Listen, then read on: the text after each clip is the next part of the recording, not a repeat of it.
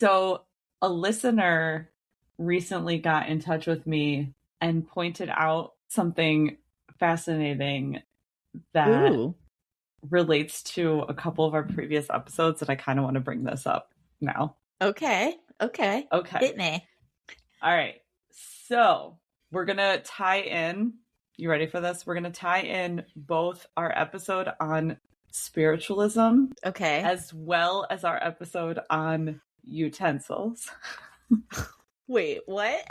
Oh, wait, does this have to do with spoons? It actually has to do with, are you familiar with the Oneida company? Yes, I think I have Oneida. I think we had Oneida silverware growing up. And also they make all of that like plastic silverware. Oh, yes. Right. Okay. Yeah, disposable cutlery. Right. Yes. So, fun facts. You know how Western New York was sort of that hotbed of the spiritualist movement and all of these weird religious groups kind of popping up everywhere in Western New York, right? Yes. So, okay. In Western New York, there's a town called Oneida. So in Oneida, in 1848, the Oneida community was established, and it was one of these similar types of movements that existed because it was the idea was sort of a utopian type of society. Okay. It was founded by a group of Christian perfectionists, right? Oh, geez, that sounds like a fabulous combination. Yeah, exactly. So essentially, right, they developed this religious philosophy that informed the whole community to live together as this commune. Okay. And so then in 1880, after more than 30 years of them existing as a commune, the Oneida community voted to transfer all of their common property to a joint stock company, which became known as the Oneida Community Limited. And then the Oneida Community Limited started the production of silver-plated flatware in 1899. What? Yes. And then in 1929, the company merged with another company and started producing a lower quality line of silverware. So more for like the common people or whatever. And then in 1935, the Oneida community changed its name just to Oneida Limited. And that's still the company that produces silverware and plastic. So they started out as a religious community and then ended up in the silverware business. A religious commune as part of this commune. Like spiritualist movement that was happening in Western New York. Wait, that is bizarre. What? Why? Why flatware? Why silverware? I don't know. I don't know why specific flatware, but yeah. Fascinating. So, I mean, I guess you have to fund your commune some way, but that's crazy. I thought you were going to tell me about spoon bending or something like that. No. But that's even better. That's even better. Oneida, the spiritual commune turned silverware moguls. Yes, cutlery. Yeah, cutlery moguls. Yeah.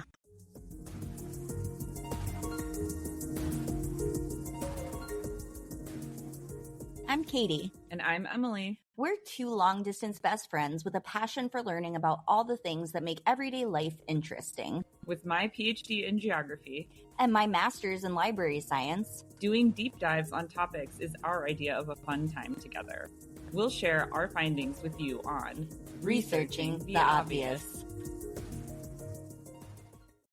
I don't know if today's episode ties into any other podcast episodes that we've done in this season or next season, but you never know. I mean, I know we'll probably end up talking about Egypt because everything I was going to say that. Yeah, to that. That for sure is going to come up today, and probably Baltimore because we can't help ourselves. Yeah, but I have a feeling this episode is going to branch off and lead to other episodes. That's what I think. It could go in so many directions.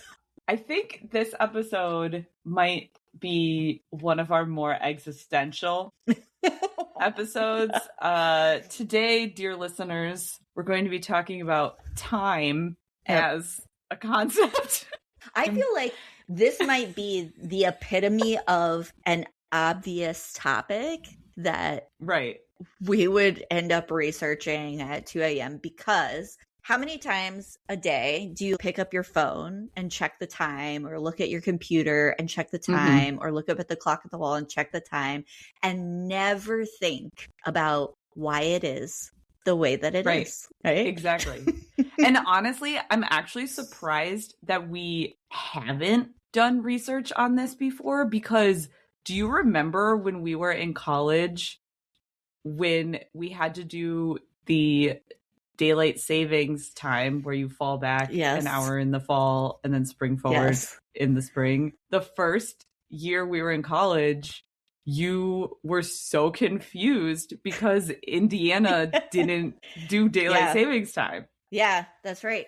Yeah, Indiana didn't start doing daylight savings time until 2006. So that was a new concept to me. I mean, it's like I knew it existed, but I had never had to live in it, right? Right. So I knew that there were times when, since we had family in Ohio, right? As a kid, I remember there were certain times when we would go to visit family in Ohio and they would be on the same time as us.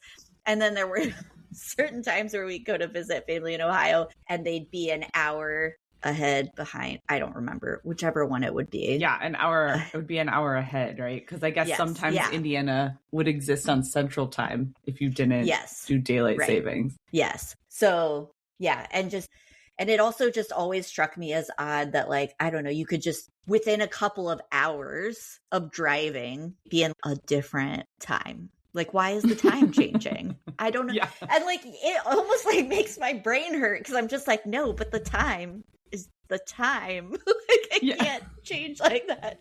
And then if you really want to, like, this also kind of drives me nuts. I understand why they do it, but I think Indiana is also one of the few states now that exists in multiple time zones, because the very southern tip and the very northwestern tip are on Central Time because of, because of Chicago. Because the northwestern area of Indiana is so close to Chicago, it makes sense for them to be on the same time as Chicago. And then in the southwestern, I think it's just because they're far enough west that it also makes sense for them to be on Central. Like, they're next to states that are on Central Time. Yeah. So, and I'm like, how can we all live in the same state and have different time? Like, what are these lines? Who's making these decisions? Why? Which I think is a similar response to what I had in college. It was like, why? Why are we doing this? I don't understand. Yeah. Oh, yeah. I remember just talking to you about how we had to change the clocks, and you were like, what is happening? Why are we doing this? What is occurring? Yeah. I don't know. I remember you being so confused about it. Yeah. And it cracked me up because it just didn't occur to me because I just grew up with it. Yeah, because for your whole life, right? Yeah. It was a normal part of the year. Exactly. I know Arizona still doesn't do daylight savings time. Are they the holdouts? And Hawaii, I'm pretty sure, also does not do daylight savings time. But Indiana for a while. And I guess I didn't realize when I was growing up that Indiana didn't do it. I knew about Arizona only because my family accidentally drove there once. And it was a different time than we thought it was going to be. And it worked in our favor. We drove to Arizona and we were trying to go to, I don't even remember, Saguaro National Park. We were trying to go there and we were like, oh crap, we're going to get there right when they're going to close. And then we arrived and realized, oh wait, we have a whole nother hour because we didn't know Arizona didn't not do daylight savings. And so they were on Pacific time, but we thought they were going to be on Mountain time. So it worked out. Yep. But that's the only reason I knew about Arizona. I didn't know about Indiana. Well, now we've been doing it for so long. You know, we've been doing it for 20 years now. It's a normal part of my life. I don't freak out. I just begrudgingly change the clocks and kind of get irritated at the whole concept that, like, I'm somehow gaining or losing time that is not a material thing. That seems very arbitrary. Right? It's so random. It's so random. Yes. I mean, occasionally it works out in your favor. I remember one of our friends was in nursing school in college, and if she worked on the spring forward night, she still worked or got paid for an 8-hour shift, but it was technically only 7 hours. Oh, yeah, because she worked overnights. Yeah. Yeah. So, yeah. So she yeah. was working during the change. Right. So I feel like that, occasionally it works out in your favor like that, but yeah. Very weird.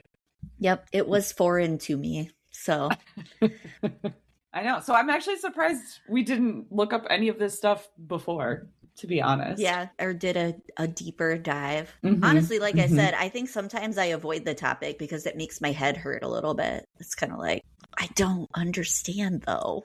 Yeah. These seem like very arbitrary decisions that were made. Yeah. And then, you told me in the course of discussion about this episode, you told me that China exists in one time zone, and that really hurt my brain. I was like, what do you mean? Yeah. This really makes no sense to me. Yes, I will get into that a little more later. I did not know that, and I just feel like I'm woefully undereducated on the concept of time in our society, because man, how time exists. So on that note, we'll keep it as grounded as we can, right? No guarantees that there won't be some existential musings along the way. Exactly. What even is time? So I guess where we should start with that question too is, like I said, in a cultural context, why do we measure time the way that we do, right? This is something else I hadn't even really thought about, is why are there 60 minutes in an hour and why are there 60 seconds in a minute? Yeah, why is it like a base 12 system? What are we doing with that? Right. Because then that's a valid question, because when you think about it, why not, like most of the world uses a base 10. Mm-hmm. The metric system. The metric system. Yes. Yeah. So like, why not 100 minutes in an hour and, 100 seconds in a minute or something like that. Right. Okay. So I looked this up, and as we just said, the most widely used numeral system is base 10, which probably evolved because we have 10 fingers. So it's easy to count. And sure, that makes sense. Yeah. I feel like because money is base 10 and distance is base 10, that kind of thing. So some ancient civilizations, though, such as the Babylonians and the Sumerians, used a base 12 system. Oh, okay. Mm-hmm. They thought the importance of the number 12 might be related to the number of lunar cycles in a year, because there's 12 lunar cycles in a year, or the number of finger joints on each hand. So similar to excluding the thumb. So again, a method of counting that's easily accessible. In your 4 fingers, there'd be 3 joints in each finger that you could count on. And it's like how you do the calendars on your knuckles. Yeah.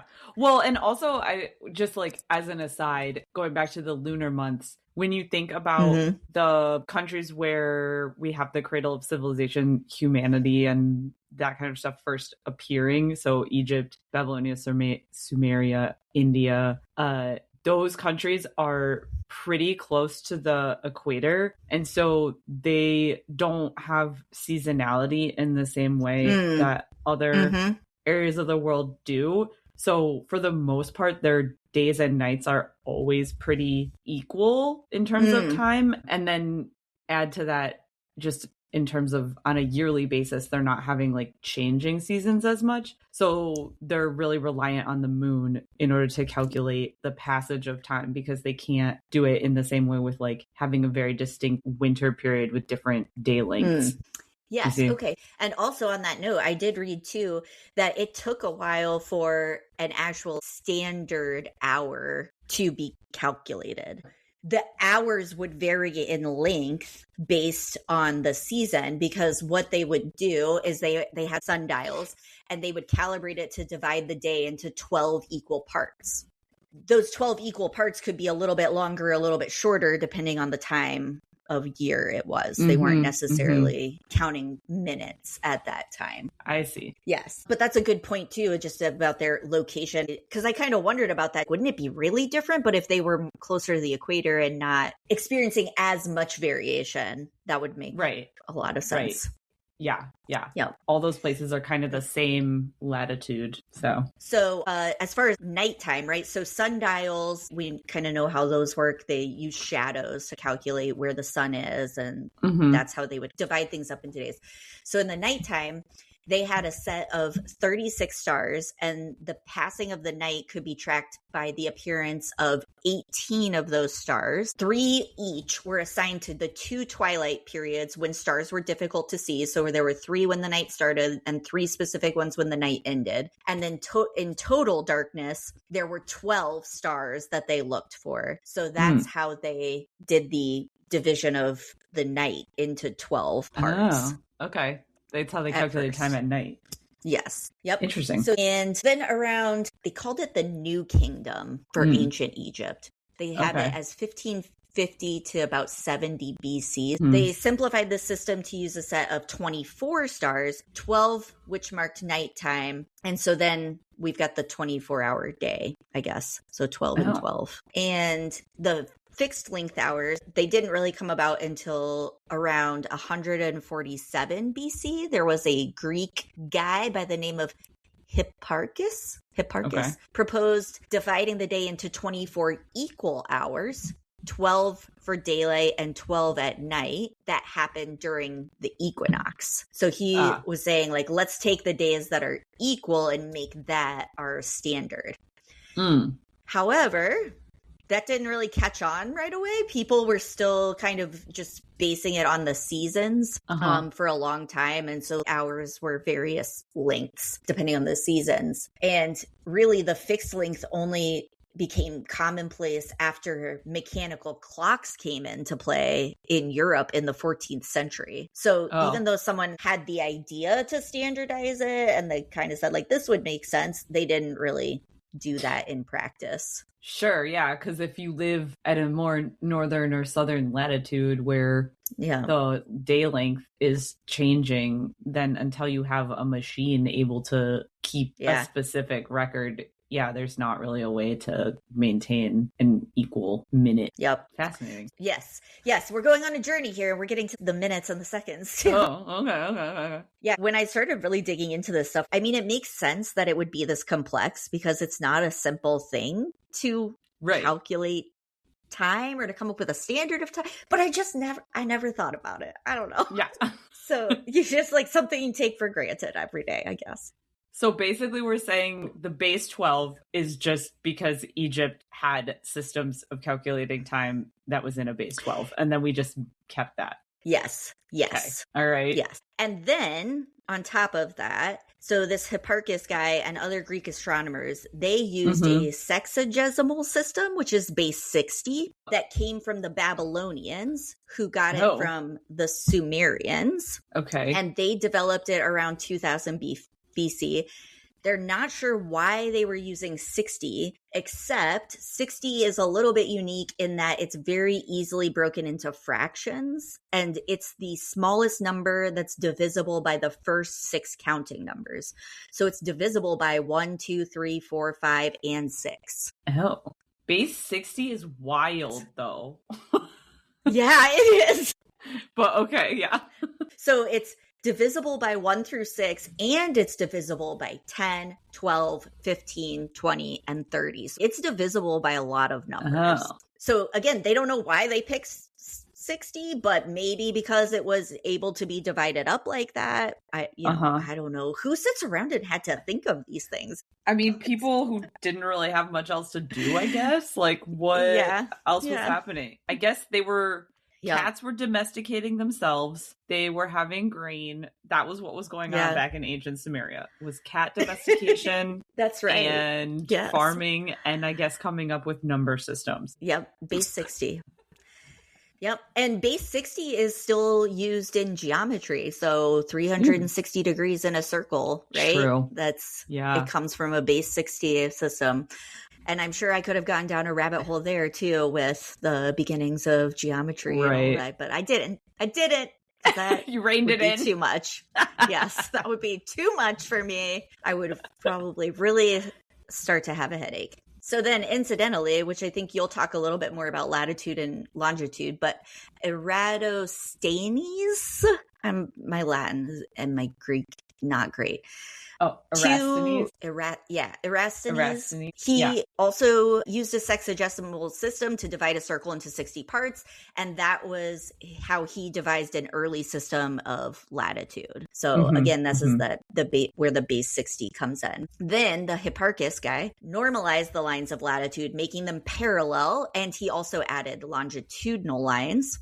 And then in 150 AD, Claudius Ptolemy expanded on this and subdivided the 360 degrees of latitude and longitude into smaller segments, dividing each into 60 parts, and then subdividing it again into 60 parts. The first division of parts he called the partes minutia primae, or a minute. And then the subdivision was called the partes minutae secundae, or a second. So that's how we get the minutes and the second. Okay. So it definitely wasn't practical or really needed to track minutes or seconds until we had mechanical clocks. Just like you said, it doesn't make sense to really, like, what does that even mean without a way to track it?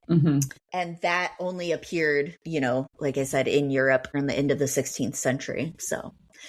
But that is why apparently time is base 60, because the Babylonians and the Sumerians did it. And also the ancient Egyptians brought us base 12. And I guess base 12 plays nicely with base 60.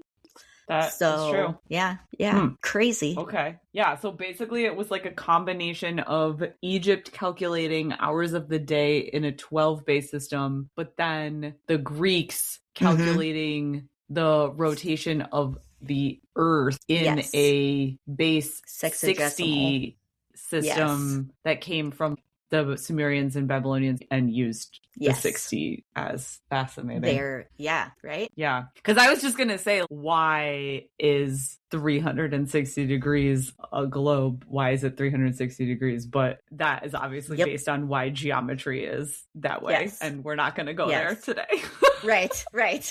Not today, at least. But it was a base 60 system, basically, that, came from the Babylonians and the Sumerians. And that's what they used. Fascinating. The Greeks to figure out their latitude and longitude and, like you said, calculate the rotation of the Earth and whatnot. And so then that would become the kind of template for timekeeping as well. And we still use it all these years later. Never needed to change it. Kind of crazy. Why? Yeah.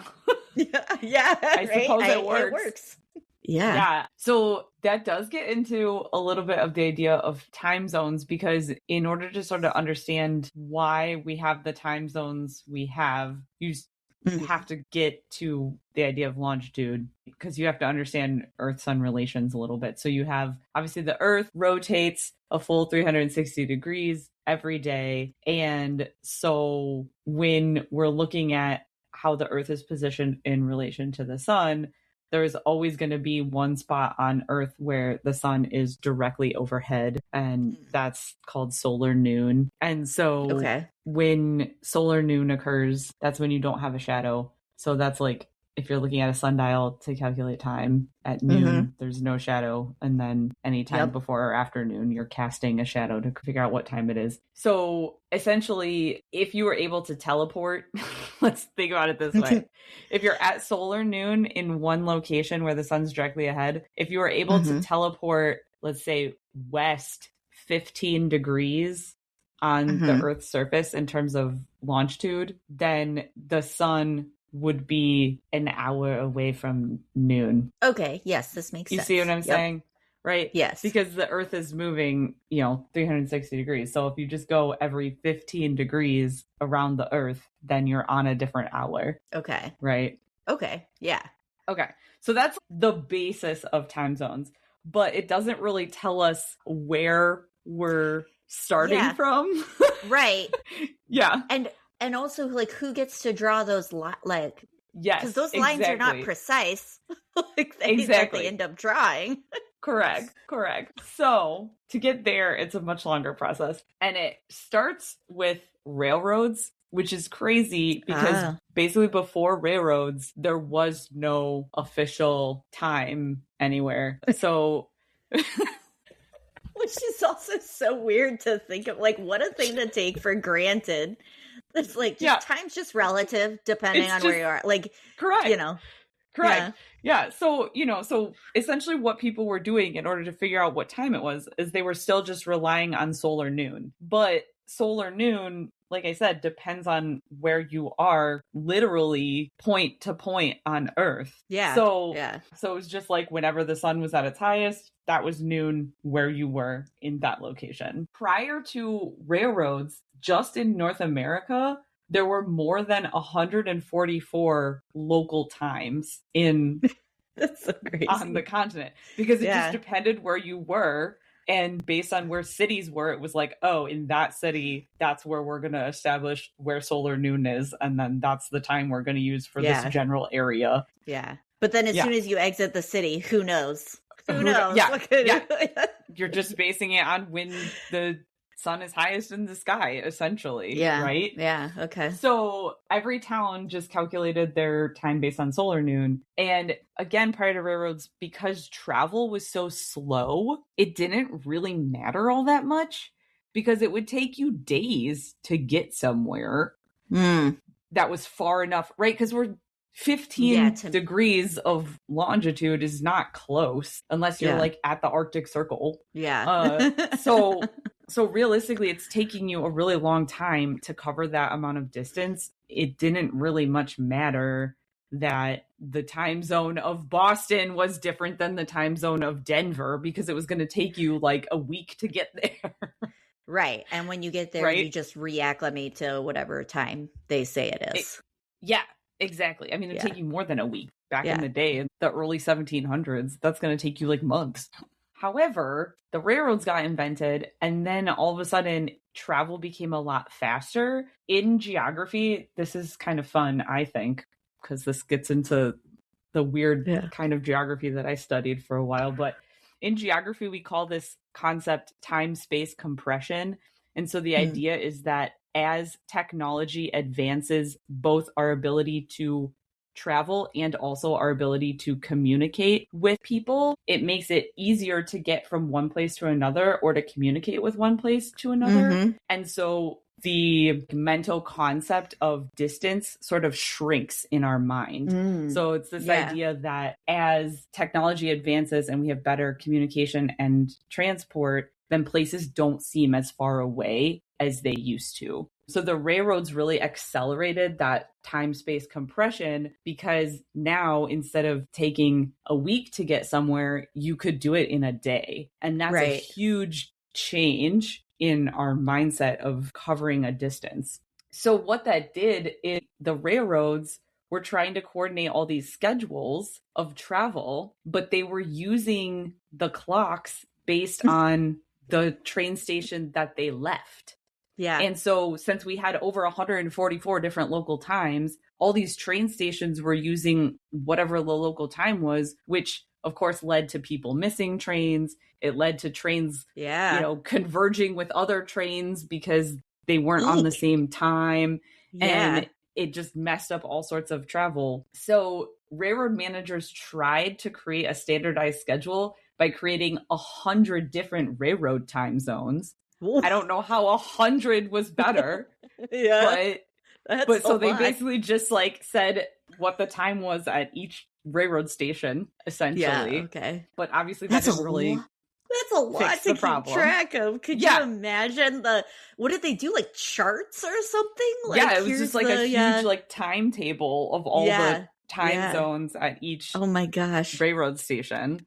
But obviously that was still a problem. So then in 1883, the major railroad companies got together and were like, we have to fix this. And so they're the ones that created standardized time zones. So they pioneered this idea that all of the cities in between this longitude and this longitude are going to be on this time zone. All the cities between this longitude and this longitude are going to be on this time zone. And then a year later, in 1884, representatives from all around the world met at this thing called the International Meridian Conference in order to try to figure out, okay, we're going to have standardized time zones based roughly on this 15 degree of longitude thing, but where do we start it? And so that conference in 1884 was to determine where the starting point of the time zones was. At the time in the UK, most people had been using the Greenwich Meridian line. I've heard of that. Yep. To calculate their solar noon. And because the UK was still such a major world power and had all sorts of, colonies and overseas territories and stuff at that time, other countries had also been already using the Greenwich Meridian line. And so basically at this conference, everyone just decided, okay, let's just use the Greenwich Meridian line as the 0 point for time zones, which you may have seen on a time zone map or something like this, where it says plus or minus certain number GTM. Yes. So the GTM is just Greenwich Mean Time. So it's whether you're plus or minus off of the Greenwich Mean Interesting. Time. Yep. Okay, I have to remember that one. It's a good little trivia bit.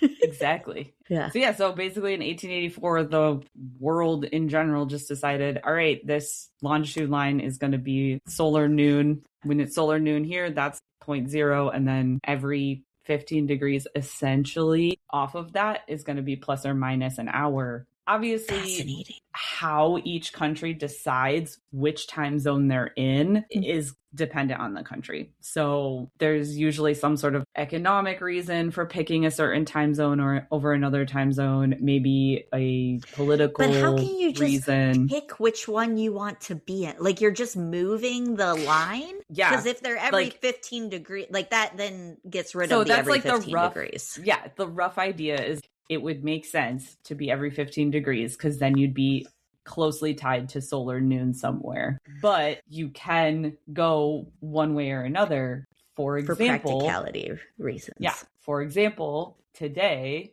the US has basically we have 5 time zones. Do we? I don't know anything about time zones. Because we've got Eastern, Central, Mountain, Pacific, Alaskan, and then Hawaii. Oh, I didn't know Alaska was on its own time zone. I knew about the first 4. So we've got 5 different ones, but some countries choose to be different. So, okay, let's look at this really quick. I think this is interesting. Give me some. The country with the most number of time zones is Russia, which I think shouldn't be too surprising. It's big. Yeah. They have 11 time zones. Okay. So that's a lot. That's twice as many as us.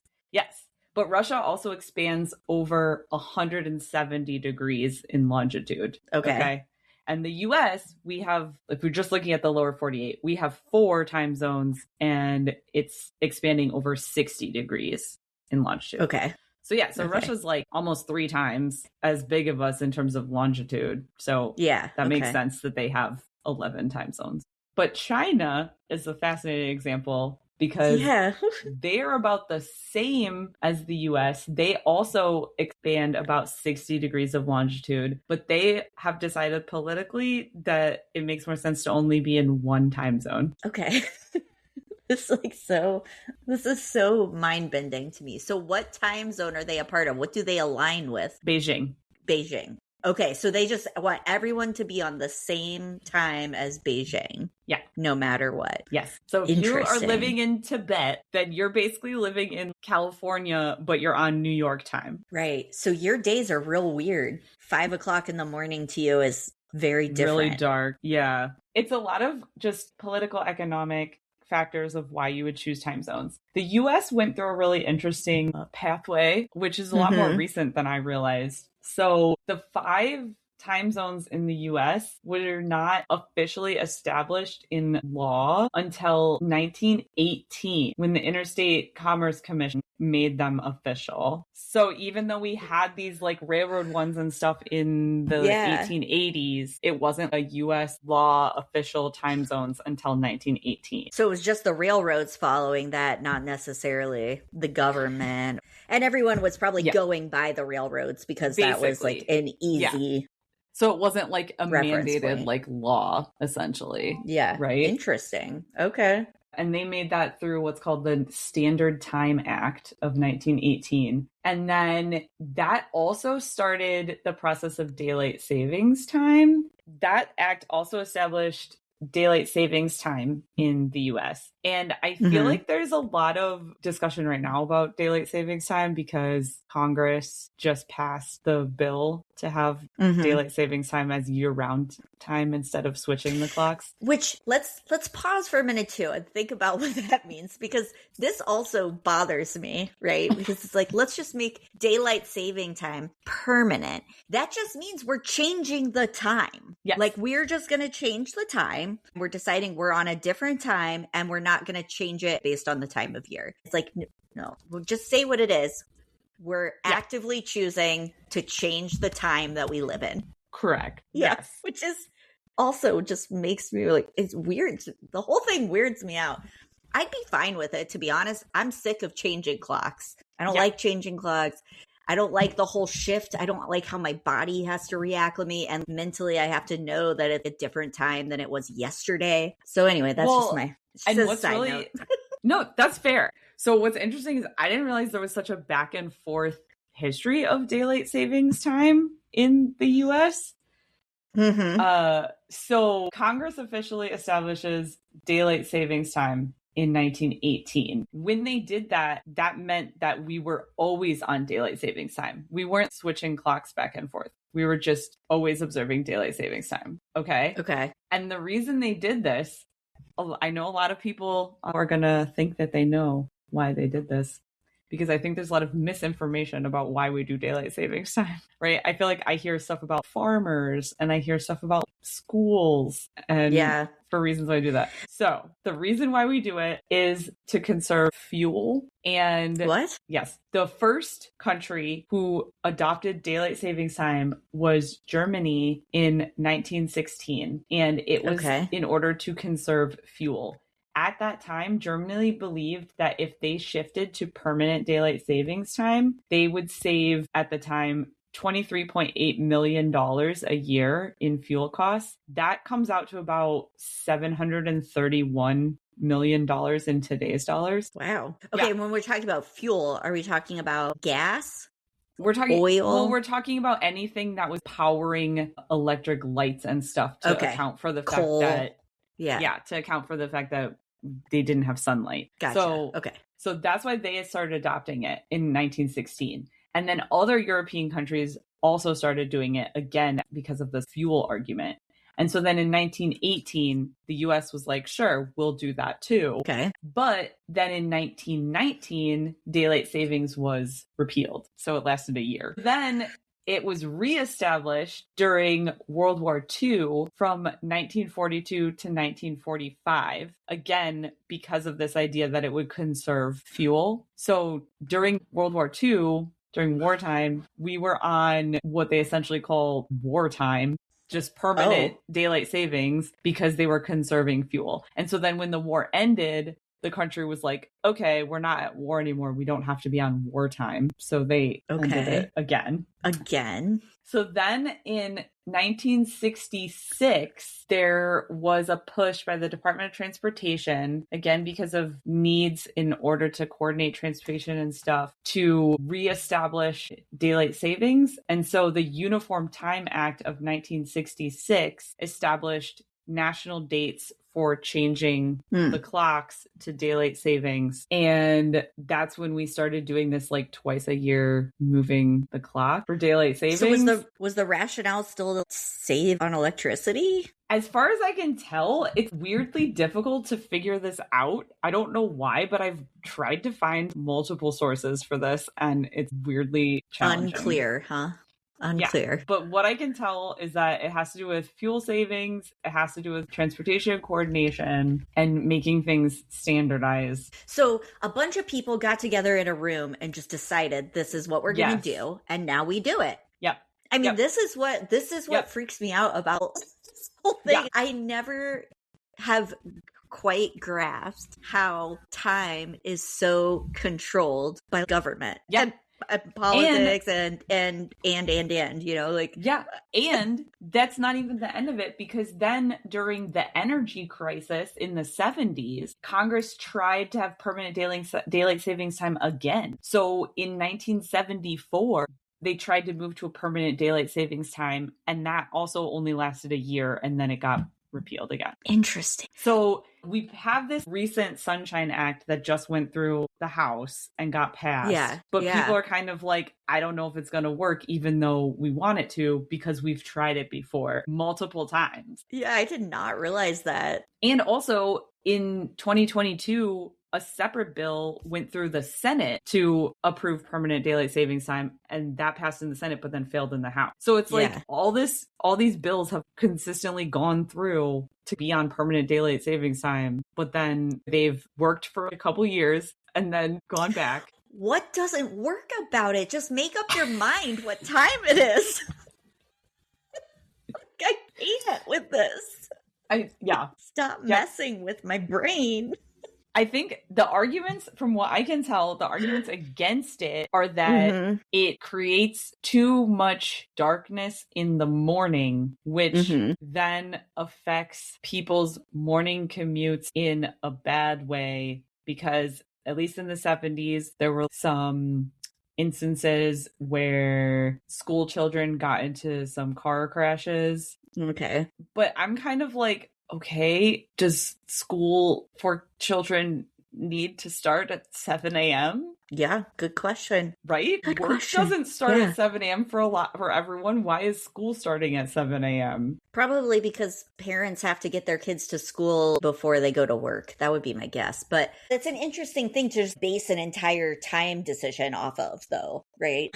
I don't know. I also just feel like, okay, the 70s were a very different time. Today, we have a lot more people that work from home, and safety in vehicles is also a lot better. Right? Also, were there not increased car accidents or issues with the commute home being in the total dark? I don't know. That just seems like a weak argument to me, but okay.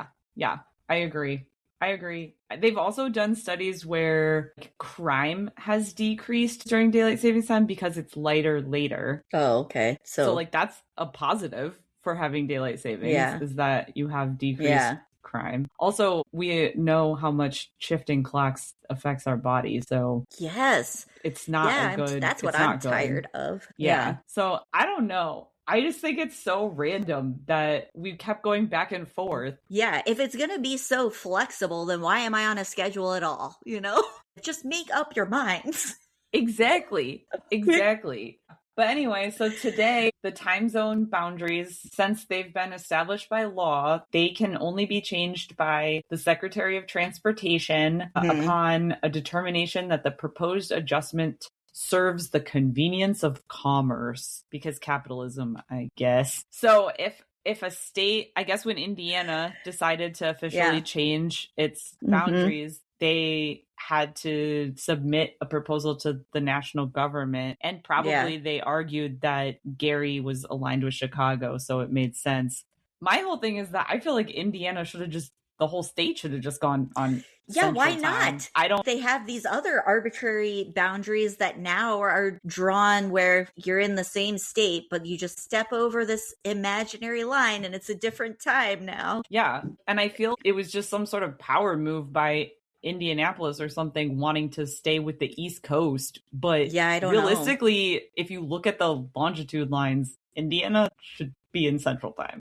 I don't know. It's all just political of who wants to be with what. And my guess is that Indianapolis was like, we're going to be on Eastern so that we can be connected to New York or something. Yeah. It's weird though, because why not? I mean, I feel like Chicago it makes is a more bigger sense.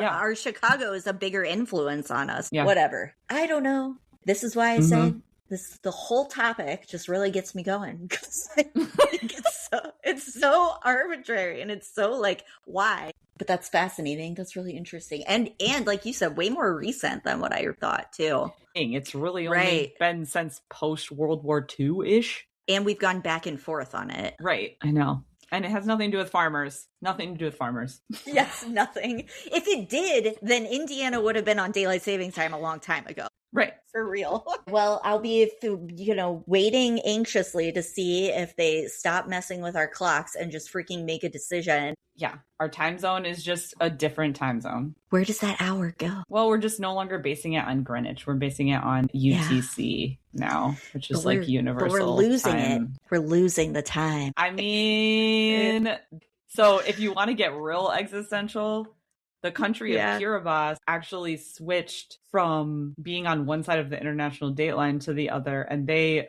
literally lost a whole day. Yeah, December 30th, they just removed it from their calendar the year that they switched. That's so crazy. So that day didn't exist there. What if you were born on that day? I guess no one was born on December 30th in that country. Yeah, that date does not exist in that country on that year. That's so weird. So weird. Interesting. Okay. Mm-hmm. All right. Mm-hmm. Well, I guess we should talk about, after all of this discussion over what areas are what times. What time it is. Yes, what time it is, and how do we even know what time it is? Mm-hmm. How do we know specifically what time it is? Mm-hmm. You would look at your phone, or, before phones, it would have been a clock. Mm-hmm. And then what about before clocks? So then I went down this path. Okay. Timekeeping, the art of timekeeping. Oh. And it is an art, apparently, because there are lots of different ways that were tried over the years. So we talked a little bit about sundials. So that's probably one of the more primitive ways that uses shadows. And then obelisks would be another common one that probably most people have heard of, like monuments. So Stonehenge, how they say they might have used Stonehenge to watch the shadows of those tall fixtures to track time of the year and things like that, and figure out when the summer and winter solstices were. Yeah.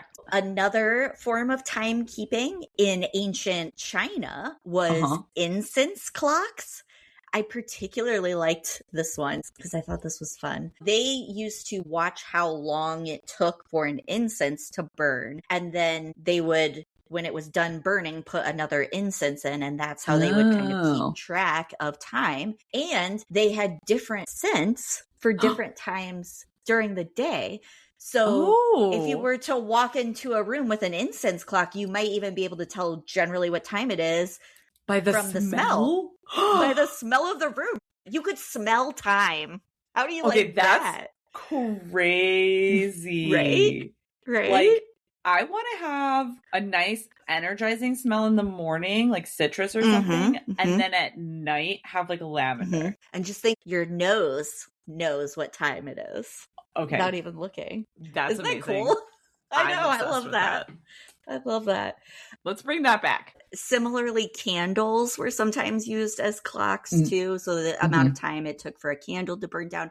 Obviously, these are not highly accurate ways to track time, right? There's some subjectiveness to it because, different candles might burn at slightly different rates and incense and whatnot. But using what's available to them, right? But again, we don't need precise time necessarily back then. Yes, exactly. Yeah, so this is more just a FYI, right? Because you're probably going more by the amount of light outside than anything. Water clocks. So this one's cool. The earliest example of a water clock was found in an Egyptian tomb around 1500 BC, but there are some written references to water clocks even back from ancient Mesopotamia. So very, very old. And there are some records of China using water clocks as well. They think maybe coming from Mesopotamia, but it's unclear. So the water clocks basically were taking two pots and water dripped from one container to the other. So think about hourglass kind of, but with water. The disadvantage there is that, as the water would drip down, then the water pressure on top would lessen, and then the water's dripping at a different rate. So that was the issue, which is why they then kind of innovated on that, using a constant water source. So like flowing water, or water that would be scooped and then with a wheel, like scooped and dumped into the pot, so that it was one set amount of water that was being used to calculate the time. And then in 976, the astronomer Zhang Sijun in China actually replaced the water with liquid mercury, because water also froze during the winter. Yeah. So that would be the first example of a mercury clock. Interesting. I wouldn't have thought about mercury to measure time, since usually I think about it with thermometers, but... So then the astrolabe comes along, which this thing is nuts too. Astrolabes are amazing. And you know what they look like? They look like the golden compass. If you've seen the golden compass, like it looks like, I'm pretty sure the golden compass is based off generally like the visual of an astrolabe. So this is a device that has gears in it and is used during the Islamic Golden Age between the 8th and 13th centuries. It was able to accurately track time, and it measured the height of celestial bodies above the horizon. So that helped them also to track lunar cycles, create tide charts, and it made them exceptionally good at navigating the seafaring activity. So it's really impressive. And then it was also very critical for them in determining the direction of Mecca for their prayers. So it actually had a religious purpose as well, so that they could make sure that they were facing Mecca for their prayer times. Fun fact. That's why the first sort of age of discovery sailors were the Portuguese and then the Spanish, is because the Iberian Peninsula, where Spain and Portugal were, was part of the Arabic Empire at that time. So during the 8th to 13th centuries is when they would have been part of the Arabic Empire. So the astrolabe was very much used by the Portuguese to start becoming super cool navigators. Fascinating. I will not go into detail about how it works, because I started to go down that rabbit hole and then I was like, no, I will not. I barely understand it myself. So highly suggest, if you're, of an engineering mind or of that persuasion, to look it up, because it is a really cool advanced device for the time period too. And it looks like it's straight out of the Golden Compass, just saying. So yeah, it's cool. Then we have hourglasses. So those actually were not used until about 1338. That was like the first recorded evidence of them. I mean, I suppose they could be used before that, but they were known for having some difficulties because the sand inside, if it got wet at all, it would then clump up. So you had to have a container that was completely moisture proof and that would keep the sand contained. And also hourglasses are made with glass, right? So you have to have the art of glass blowing in order to create an hourglass. So they were more used in Europe, in those areas that had more glass blowing activities. That makes sense. I guess I just thought hourglasses would have been earlier, but that makes sense. I thought so too. They seem like such an ancient way to track time or something. But you had to have glass and you had to have it moisture proof. They were, however, used very commonly at sea, because other clocks of that time were more weight driven, and you wouldn't want to use those on a ship because the weight and the tilting of the ship would throw it all off. So hourglasses were important at sea, and also used in churches and cooking, which I thought that would be a good way to use an hourglass, as well as board games now. So yes, exactly. that's where the hourglass really shines. Board games. When you're playing board games, yes, that are timed. And you want to really pressure someone. Okay, so mechanical clocks. So hourglasses came about after mechanical clocks. In 1275, we have the invention of the verge and folio escapement. So this was a clock that had a verge, or a vertical shaft, that is forced to rotate by a weight-driven wheel. And the wheel has like a sawtooth design. And it's stopped by rotating freely by the folio, which swings back and forth and allows the wheel to only go one notch at a time. So that's where you get like the ticking, right? Like tick, tick, like it would one notch at a time. And again, I'm not going to try to explain it any better than that. I would highly recommend Googling if you want a visual of this contraption, because I had to kind of look at how that works.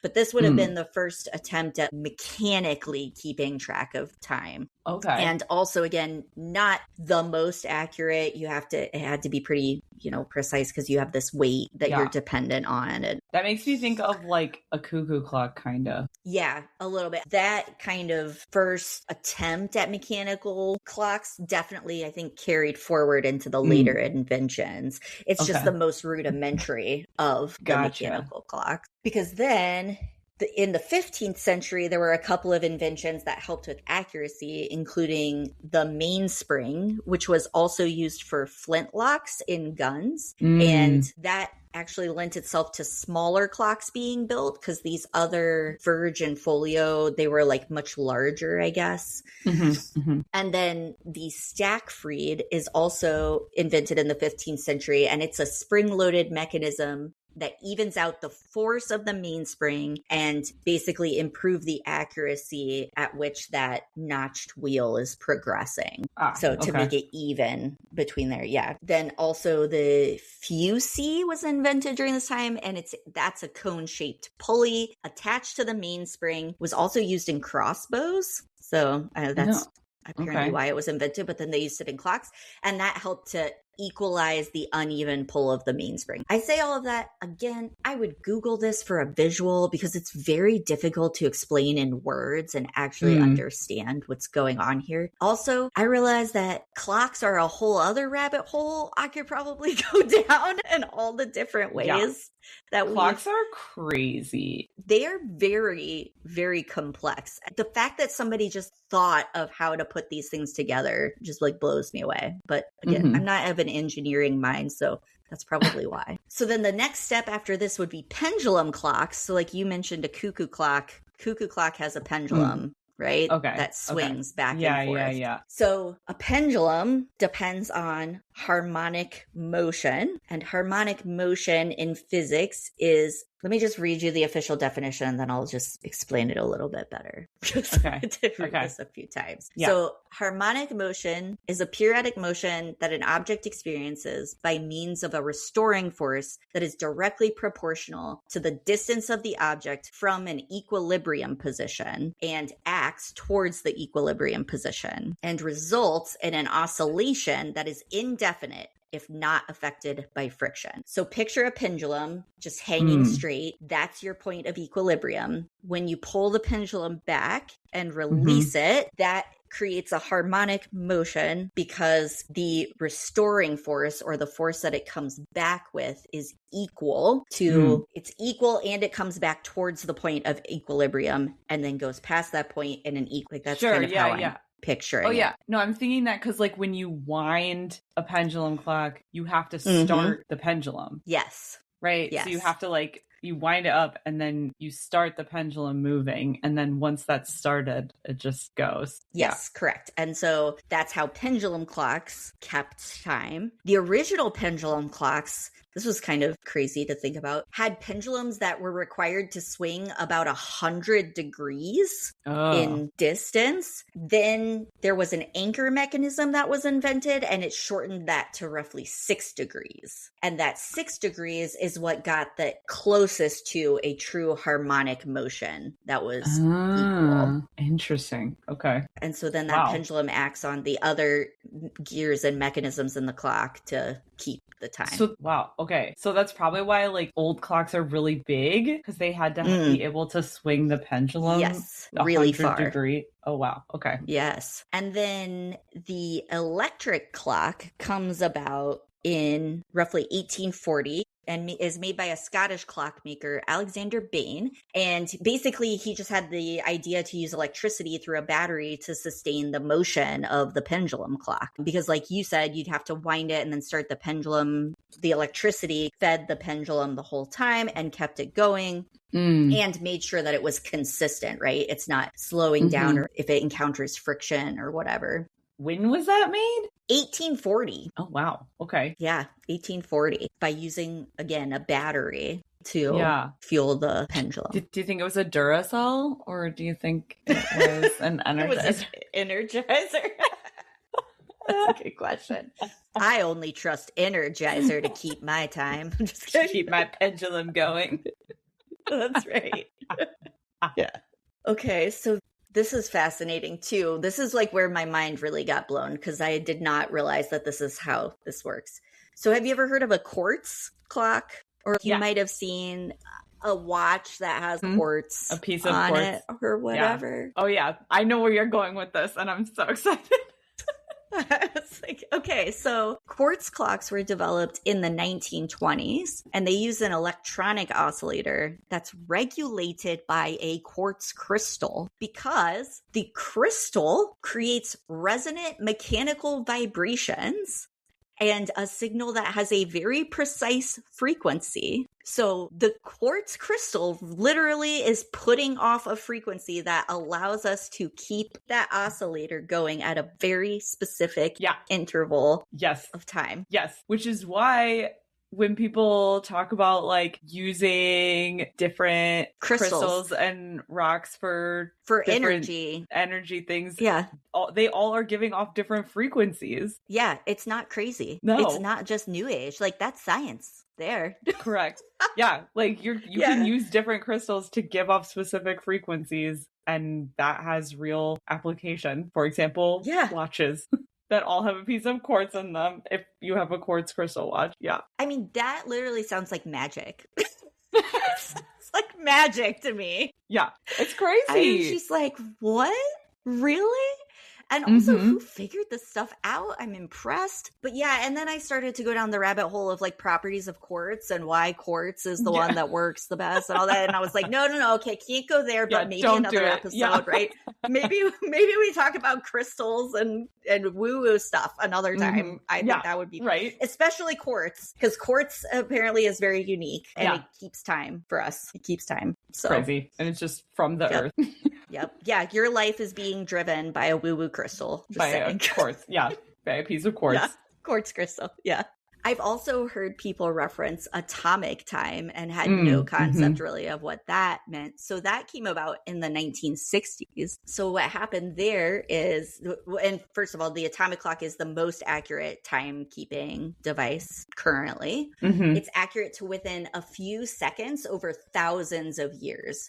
So within thousands of years, it's only going to maybe deviate by a couple of seconds. The National Institute of Standards and Technology changed its time standard from quartz to atomic in the 1960s, and atomic clocks use a transition of a cesium atom, and this was discovered by an English physicist, Louis Essen, in 1955.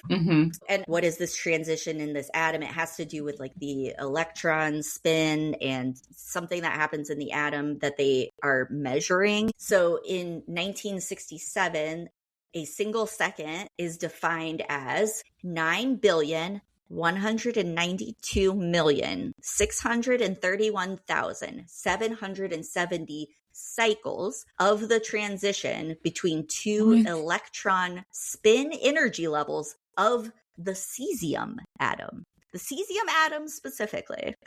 What? Okay. So the best that my little brain can understand is that we have now identified in an atom something that happens in this atom, this transition, that is so reliably consistent that we can measure a second off of it. That's wild. Yes, I know. Okay. I've never given it this much thought, but I'm just like, this is crazy. Yeah. Did you have an atomic clock in your house when you were growing up? I definitely remember my grandpa having one. And I remember seeing on it that it was atomic time.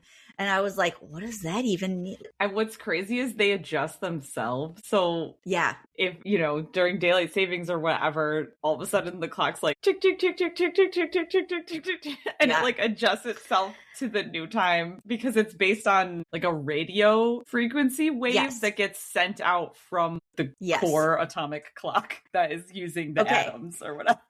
So Right. Yes. And I'm glad you brought this up because now we're up to atomic time. So when you pick up your phone, your little mini computer that we all carry around now, how do you know that the time on your phone is the accurate time? Now, obviously, if you're online and you're connected to cell phone towers, that's one thing because you're getting the time from a specific place. But where? So, according to the National Institute of Standards and Technology, the U.S. Naval Observatory staff in Washington, D.C. and Colorado Springs operate an ensemble of around 100 atomic clocks. Wait.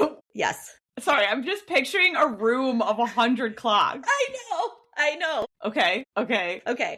Then they send that data from those clocks to the International Bureau of Weights and Measures in France. And around 90 other countries also send in data. Then that bureau produces a weighted average of all the data to create the time scale known as Coordinated Universal Time, or UTC. Yeah. Yep. And then they tell every contributing clock lab how far off its clocks are from UTC. So they go and they average it, and then they're like, oh, you guys are a little bit off, so let's tighten it up here. Whoa. Time out. That is like... Yeah. So UTC is essentially the average time of all centers of atomic time clocks. Yes, there's about 90 countries that sent in data, and they average it out, and then they send it back, and they say, this is the time that we're all going by. And then the United States timekeepers then adjust their time scale, their UTC, the Universal Time Scale, which is displayed on the master clock in Washington, D.C., like at the Naval Observatory. Yes. Yeah. Okay. Yes, correct. Okay. And then there are 31 GPS satellites operated by the U.S. Space Force. There are less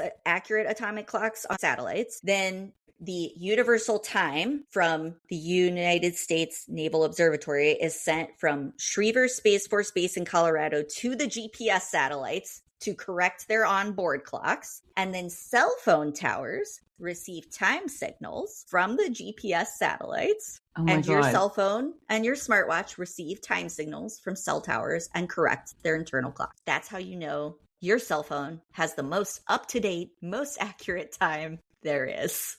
Like, right?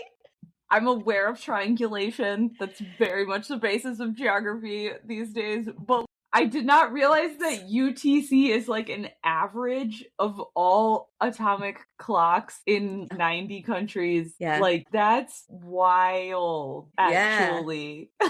Yeah. And the other thing that occurred to me is like, whose job is this? I had no idea this is a field you could go into. Right? Someone's just working in a room of 100 clocks, sending clock signals to France. Sending data. Yep. Sending data to France. And then France is averaging it out and then sending it back. And then we're sending it up to our satellites. And then the satellites send it to your phone. Wow. Yeah. All right. Now, what happens, you might ask, if you're not connected to the cell towers, or you're in airplane mode, or you're off the network? Sure. Well, phones have a small battery-powered quartz timekeeper. Okay. Yeah. So that means that your phone has the woo-woo juju. Yes, that's right. Got it. And so that will keep it, keep the time going or keep tracking time, even if it's not connected. And then, if it were to be offline for like a long time and then you came back online, it might have to adjust or something to fit the new atomic time or whatever the atomic time is at that moment. But generally, it's going to keep tracking time using a quartz timekeeper that's battery powered. So basically, the most accurate ways, to sum up, the most accurate ways we have to calculate time based on a system that was created in ancient Babylonia is through a quartz rock or the movement of an atom. Yes, a cesium atom, a very specific atom. Yes. Okay. I mean, I feel like we're going to have to end this episode here because otherwise I'm going to go into like a place of philosophical meandering. I don't understand. Me too. I know. What's happening. I know. This is blowing my mind. It's going to keep me up tonight, I think. Like, I'm going to be falling asleep being like, why am I going to sleep at this specific time? And I wonder what rotation the cesium atom is on. This is wild. Listeners, please leave us a comment about things that you learned in this episode that blew your mind, because I feel like I'm gonna have to unpack this some more, this whole episode. Right? Or I mean, tell me that you've known this all along and it doesn't blow your mind. I mean, I'd be even more impressed, because I just feel like I'm like, wow, like I'm blown away by this. But maybe that's just me. I don't know. Maybe this is old news to some people. I don't know. Yeah.